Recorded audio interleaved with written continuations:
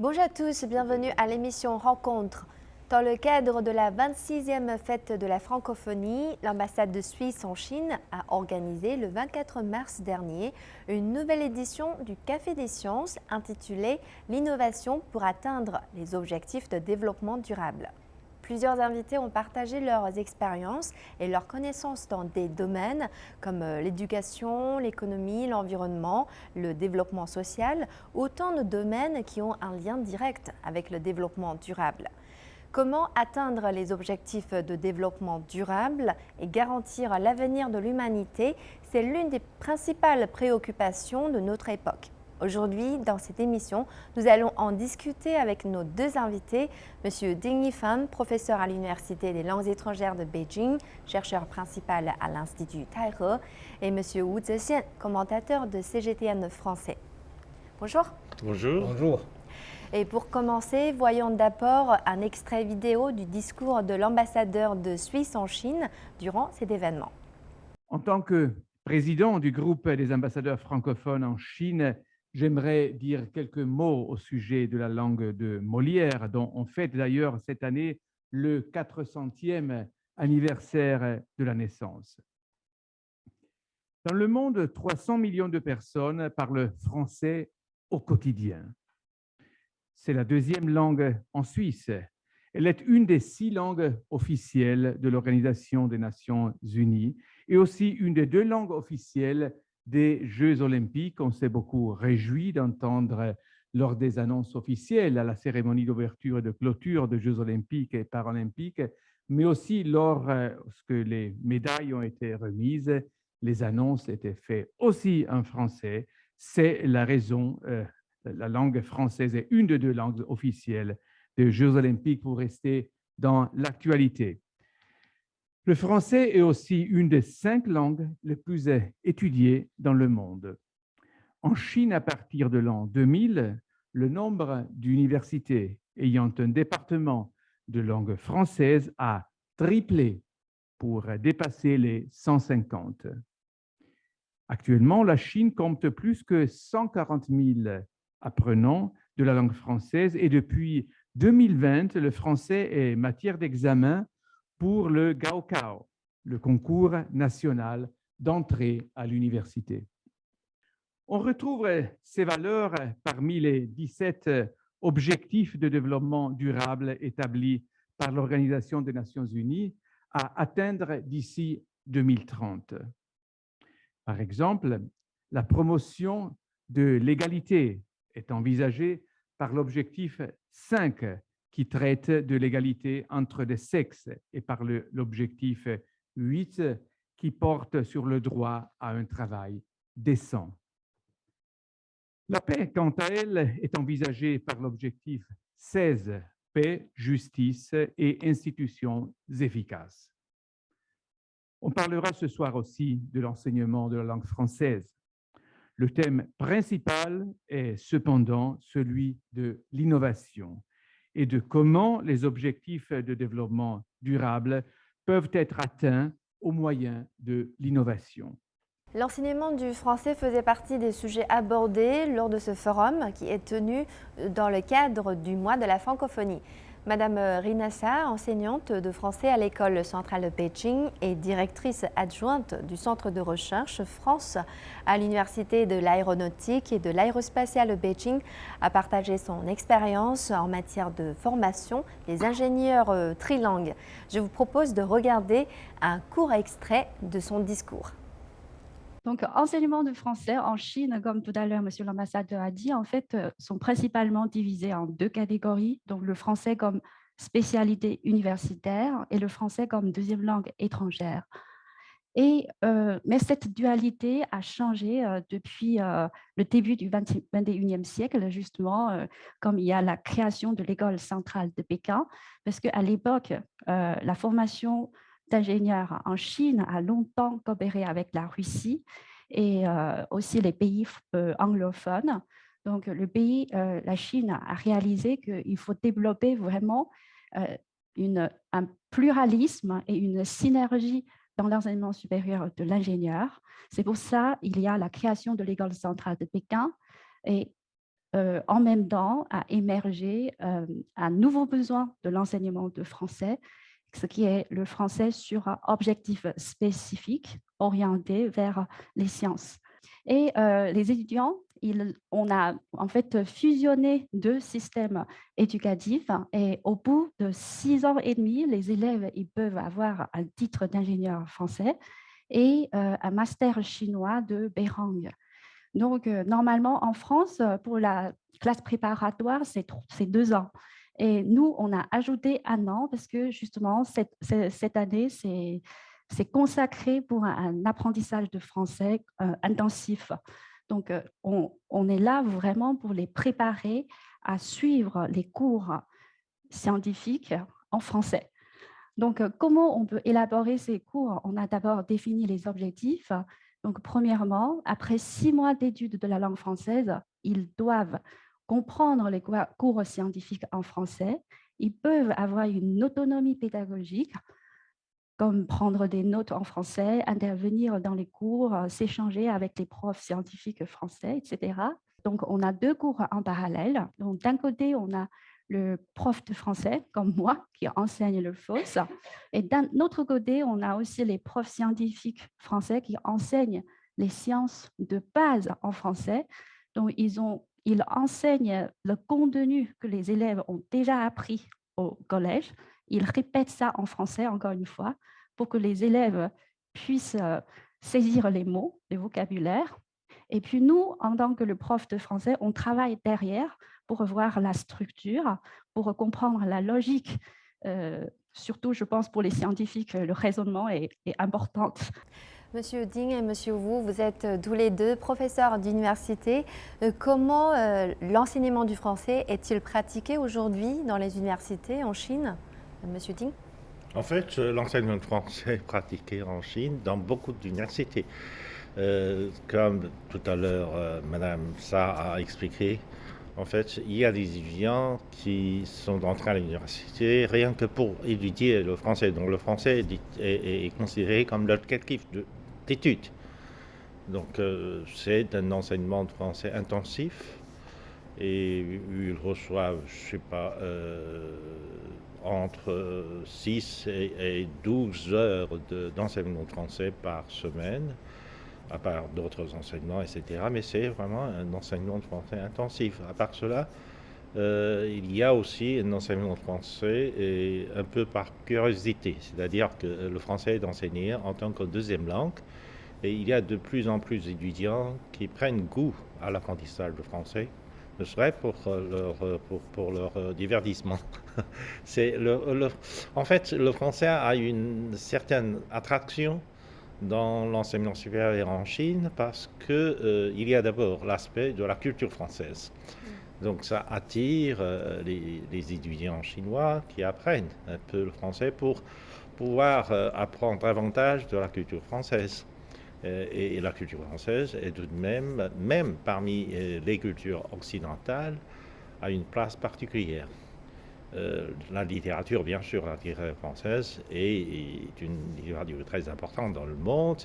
L'art, l'histoire de l'art français est aussi une école très spéciale. La gastronomie, oui, bien sûr. Mais moi-même, je suis chargé de donner des cours en français, mais sur des connaissances spéciales, par exemple sur des théories des relations internationales, sur la finance internationale, etc., etc. Mais c'est un peu particulier. Et Monsieur Wu, quel regard portez-vous sur l'évolution de l'enseignement du français en Chine? Disons que ça a beaucoup progressé. À l'époque où j'étais étudiant, pour apprendre le français, on avait très peu d'accès aux informations internationales. Parce qu'à l'époque, il n'y avait pas d'Internet, par exemple. Aujourd'hui, ce n'est plus du tout le cas. Les étudiants d'aujourd'hui peuvent avoir accès à toutes sortes d'informations via l'Internet, y compris les sites des pays francophones. Parce que les principaux sites de la France, par exemple, ce qui offre beaucoup d'opportunités aux étudiants d'acquérir des connaissances très variées. Bon, ce qui facilite évidemment l'enseignement. D'ailleurs, les enseignants aujourd'hui ont aussi voilà, un niveau de formation voilà, beaucoup plus poussé. Voilà, pratiquement tous les enseignants voilà, ont passé un doctorat généralement dans un pays francophone. Voilà, un doctorat de français voilà, ou d'autres matières, mais liées à la langue française, voilà, dans un pays francophone, principalement en France. Bon, ben, vous voyez déjà le niveau des enseignements, qui sont des Chinois, mais des Chinois francophones, voilà, est très élevé aujourd'hui. Voilà. D'ailleurs, chaque étudiant, chaque enseignant peut avoir sa propre méthode. Voilà. À ce que je constate, parce que je ne suis pas un enseignant de formation, depuis que je commence à enseigner le français dans les universités, je constate que voilà, les enseignants, voilà, en général chinois, mais francophones, comme je vous ai dit, voilà, travaillent très très sérieusement voilà, avec leurs connaissances et avec leur intention de bien voilà, partager leurs connaissances aux étudiants. Donc aujourd'hui, franchement, l'enseignement français n'est plus du tout ce que j'avais connu dans le passé. On constate qu'aujourd'hui, les étudiants qui apprennent les langues étrangères, enfin, le français, à l'université, n'apprennent pas seulement la langue, mais aussi une spécialité comme la littérature ou la science ou l'économie.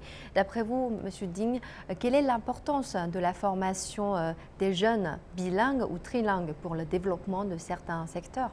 En fait, comme on dit, la langue, c'est aussi la logique derrière la langue. La langue est composée du vocabulaire, des connaissances, même d'une logique de pensée.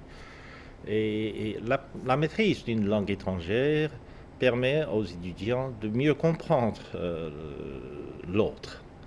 Si on veut bien le comprendre, il faut comprendre la logique de sa langue.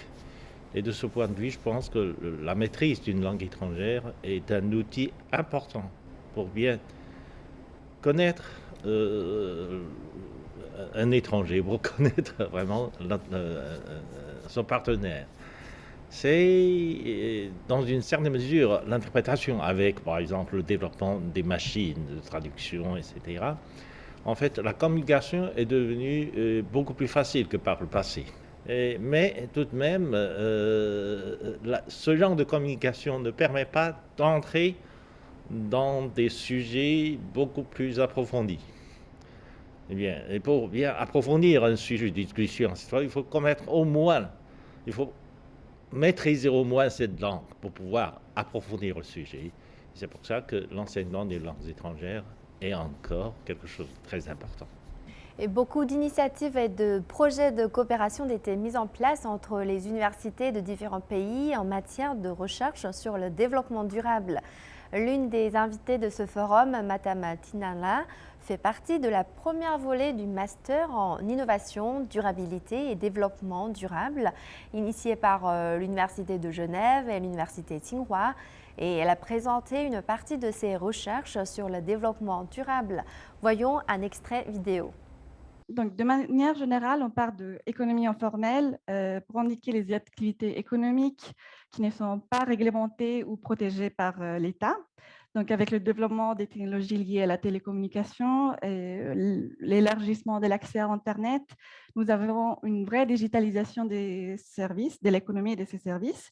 Et ce qu'on appelle la platform economy, c'est l'économie des plateformes, c'est-à-dire toutes ces activités et services économiques qui sont offerts par le biais d'une plateforme qui alloue la demande et l'offre des services déterminés. Et cette plateforme, souvent, c'est une application mobile qui donc est conçue. Il y a des algorithmes derrière qui font cette allocation. Et donc, dans ce type d'emploi, entre guillemets emploi, parce que nous n'avons pas une relation classique entre employeur et employé, mais c'est plutôt une relation triangulaire entre ce qu'ils offrent en certains services, ce qu'ils le demandent, et la plateforme digitale. Dans ce fait, donc, on a ce type d'emploi qui crée d'un côté des nouvelles opportunités, des sources de revenus, en particulier aux couches sociales plus basses qui ne possèdent peut-être pas des qualifications ou des compétences qui sont nécessaires pour avoir accès aux emplois plus formels, qui sont souvent mieux rémunérés en termes de salaire Donc, si d'un côté, cette plateforme donne une certaine flexibilité aux travailleurs en termes d'horaire, d'indépendance, du cadre hiérarchique, de l'autre, il y a aussi une certaine instabilité et précarité présente dans ce type de travail. Donc, avec ce type d'études, on s'éloigne un peu de la vision qu'on a souvent de certaines technologies comme révolutionnaires qui vont résoudre un problème lorsque le problème, en fait, c'est un problème plus large au niveau de la société. Et donc, cette logique concernant l'économie de plateforme, les recommandations de l'Organisation mondiale du travail, ce serait d'encourager les États à avoir une intervention plus forte au niveau de protection sociale, vu que ces employés, entre guillemets, sont des situations très précaires. Lorsqu'il y a une perte de travail, ils sont tout de suite sans revenu immédiat. Elle a pris l'exemple du transport à moto dans le sud asiatique pour parler de l'économie de plateforme, l'économie informelle. Cela vous fait-il penser à certains phénomènes en Chine, M. Wu?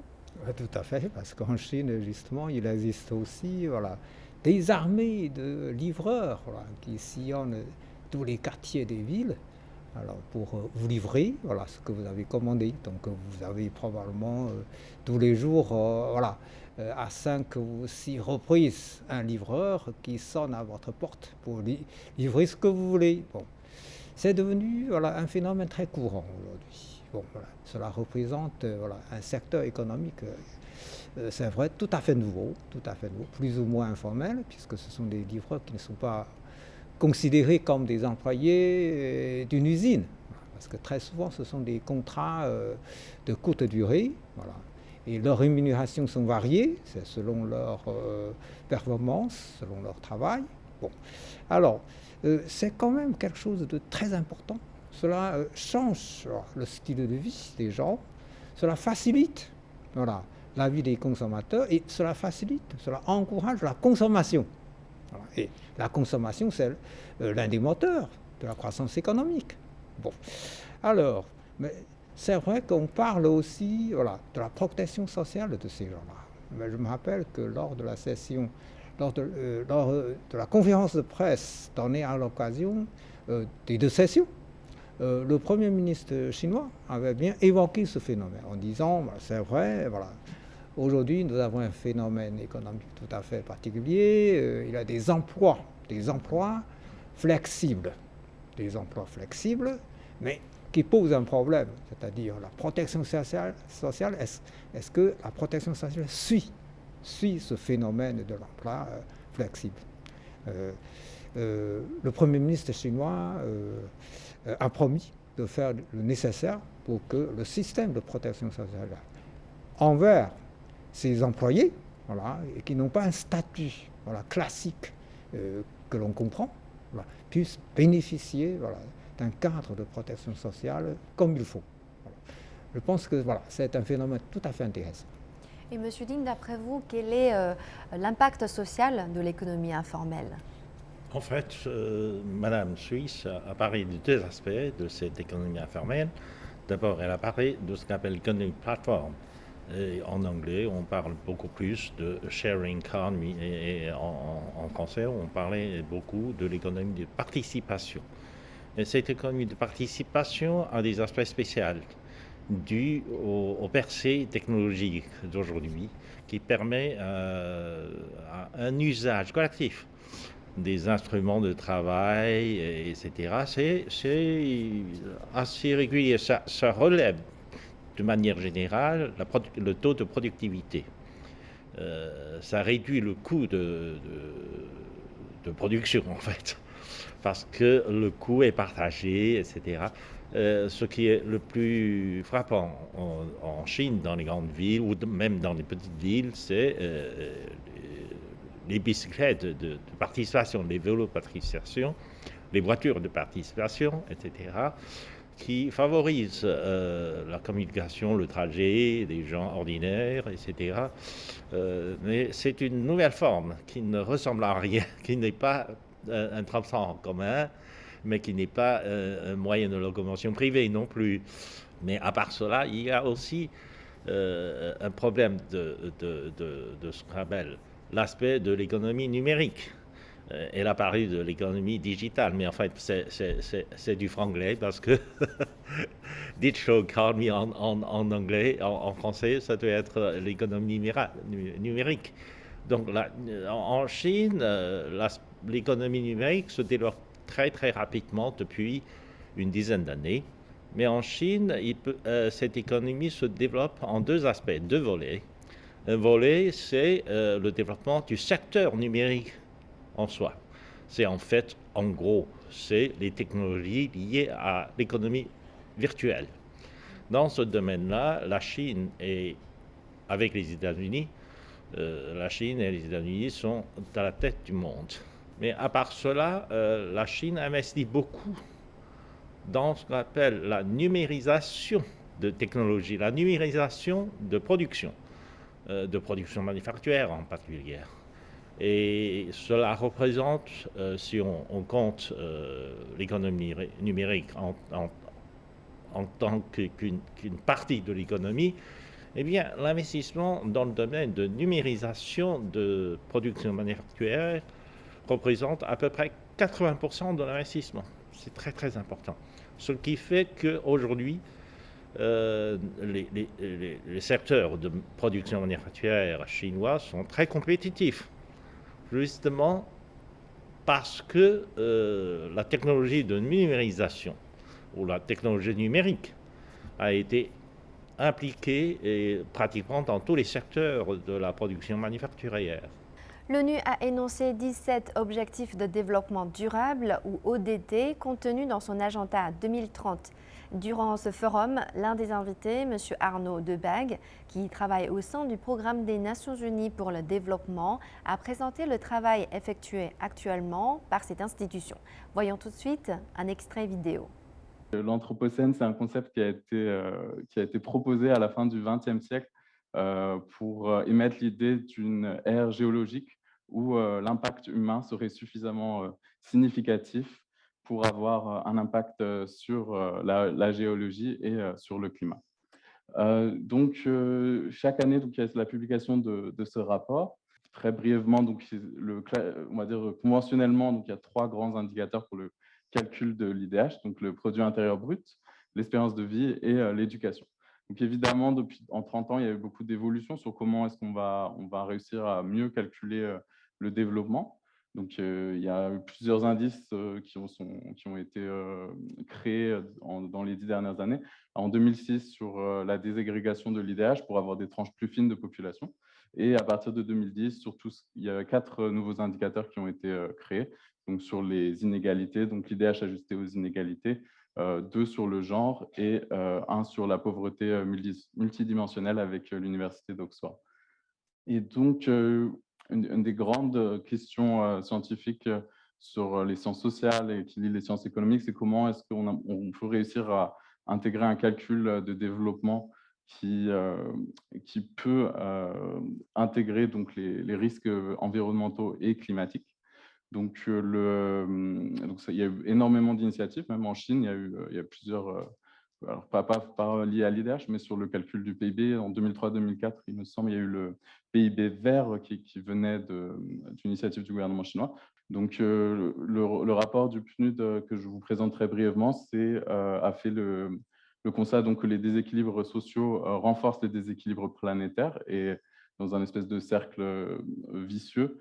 Donc, les chocs qui créent des inégalités, qui créent elles-mêmes des pressions et qui créent des risques. Donc, vous avez en vert clair les scénarios sur l'atténuation modérée et en vert foncé sur les scénarios où il n'y a pas d'atténuation du changement climatique. Et vous voyez que les pays les plus touchés sont les pays où le niveau de développement est faible. L'indice de développement humain a été créé par le Programme des Nations Unies pour le développement en 1990 pour évaluer le niveau de développement des pays. Monsieur Ting, quelle est l'importance de l'IDH? En fait, oui, les aux indicatifs du développement humain, etc., c'est quelque chose de très important parce que pour la première fois, on se rend compte que le développement n'est pas seulement limité à la croissance. Le taux de croissance économique, c'est quelque chose de très important. Par exemple, la Chine a introduit la notion du PIB vert.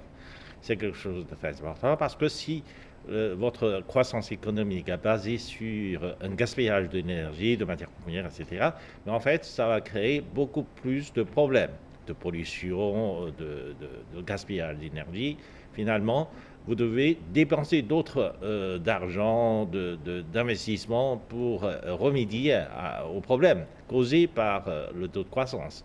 Dans ce cas-là, dans les calculs du PIB vert, il faudrait enlever cette partie de gaspillage ou cette partie sur laquelle on va investir à nouveau pour y remédier. Donc tout cela, c'est quelque chose de très important. Mais aussi dans l'aspect de développement humain, il y a aussi la connaissance fondamentale de la population pour réduire les écarts entre les différentes couches de la population, etc. Ça aussi, ça compte énormément parce que, comme monsieur a indiqué, souvent les couches sociales les plus vulnérables sont aussi victimes de changements, par exemple de pollution, de changements climatiques, des catastrophes naturelles, etc. etc. Et là-dessus, il faut faire en sorte que cette couche fragile, vulnérable de la population soit dotée des moyens de faire face à des défis nouveaux. Et parmi ces 17 objectifs de développement durable, quels sont ceux qui représentent les plus grands défis pour la Chine, Monsieur Wu? Bon, il y a certainement pas mal de défis. Bon. Le premier objectif, c'est éradiquer la pauvreté. Là-dessus, alors, la Chine a fait beaucoup de choses. Il faut savoir que la Chine a remporté une victoire éclatante dans la lutte contre la pauvreté, c'est-à-dire à la fin de l'année 2020, tous les Chinois vivaient en dessous du seuil de pauvreté, ont pu s'en sortir. Ceci étant, voilà, le défi reste important. Pourquoi? Parce qu'il faut prévenir le retour dans la pauvreté de ceux qui viennent de s'en sortir. Et là-dessus, le gouvernement chinois attache beaucoup d'importance à ce travail. Voilà. Récemment encore, comme chaque année, au début de l'année, voilà, le comité central du PCC et le gouvernement publient un document pour appeler tous les acteurs sociaux, tous les gouvernements de différents niveaux régionaux et le gouvernement central à faire des efforts pour améliorer le travail visant à améliorer les conditions de vie des ruraux. Voilà. Évidemment, on parle aussi de la modernisation de l'agriculture. Là-dessus aussi, la Chine a accompli beaucoup de progrès, mais le plus important, à mon avis, c'est quand même améliorer le niveau de vie des ruraux, parce qu'il existe encore un écart très important entre le niveau de vie des ruraux et celui des citadins. Le gouvernement chinois en est totalement conscient. Il y a des mesures concrètes. Voilà, par exemple, on a bien dit, d'ailleurs, le président chinois lui-même a lancé un appel pour faire la révolution des toilettes. Qu'est-ce que ça veut dire? Ça veut dire qu'il faut améliorer le niveau de vie des ruraux à partir d'amélioration des conditions sanitaires des ruraux. Voilà, jusqu'à présent, malgré tous les efforts qu'on avait faits, il existe encore 30% environ des ruraux qui ne disposent pas des toilettes avec la chasse d'eau. Voilà. Ce sont des fausses aisances. Vous pouvez imaginer la situation. Ce sont des préoccupations des autorités chinoises de plus haute instance. C'est-à-dire qu'il faut absolument améliorer tous les détails concernant le confort, la vie quotidienne des ruraux, pour qu'ils puissent vivre comme des citadins, dans des conditions modernes et confortables. Merci d'avoir participé à cette émission et merci pour vos commentaires. Merci. C'est un plaisir. Voilà, c'est la fin de cette émission Rencontre. Merci de nous avoir suivis. À la prochaine.